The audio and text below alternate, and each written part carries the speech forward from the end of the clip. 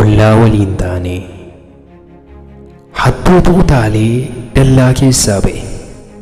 Eessa bu'e jedhee sabni duukaa yaa'e. Harka isaa qabanii utuu tumaniitii itti tola ture gurbaan qoosaa miti. Fiigichaan miliqee jalaa badee hafe. Sabnis as deebi'ee oduu isaatti fufe.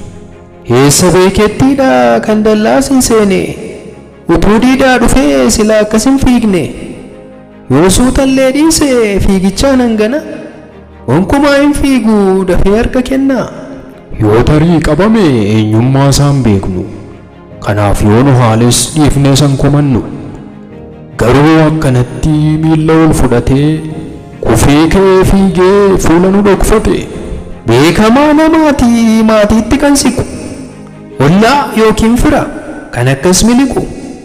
Yoo wana nu keessa jiran of fakkaata jechuudhaan haasee inni of sodaate. Maaliif nu miliqee fuula isaa nu dhoksee? Inni jedhee iyyuu sagalee ol kaasee utuu keessa beekee na gargaaraa jedhee waan dhabe kadhata. Yookiin liqeeffatee achumaan hambisa.